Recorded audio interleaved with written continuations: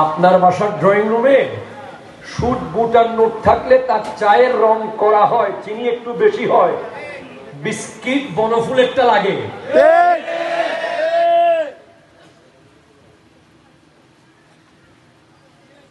আর আরেকজনের লুঙ্গি একটু ছিঁড়া, যে আপনার দাদার কবর পড়ছিল,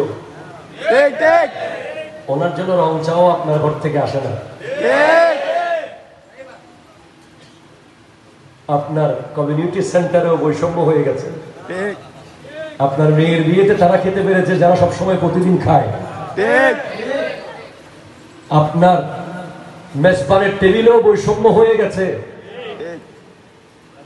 এক কোনার টেবিলে দেখতেছি যে বদ্দাবস্যি, খবরদার, খেয়াল্লাহিস, নলা ডবল, গোস্ত ডবল,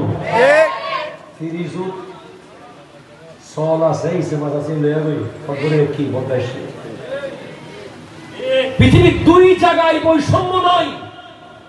বৈষম্য পাবেন না আপনি খুঁজলে, একটা নবীর মিলাদ আর একটা অলির উরস। ঠিক করে হাত ধরে কথা বলেন, ঠিক কিনা বলেন?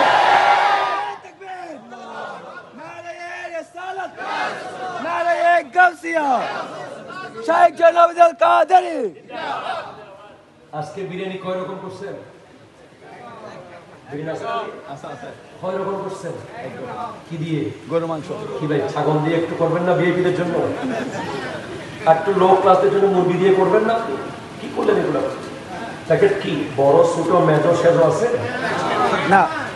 কি শিল্পপতিও এখানে ভিতরে বসে আছে, এখানের ভিতরে বড় ম্যানেজিং ডিরেক্টরও বসে আছে, এখানে বড় প্রফেসরও বসে আছে, এখানে বড় ডাক্তারও বসে আছে, এখানে বড় মাস্টারও বসে আছে। রিক্সাওয়ালা যেই প্যাকেট, মাস্টার সাহেবেরও সেই প্যাকেট। খুশি বেশি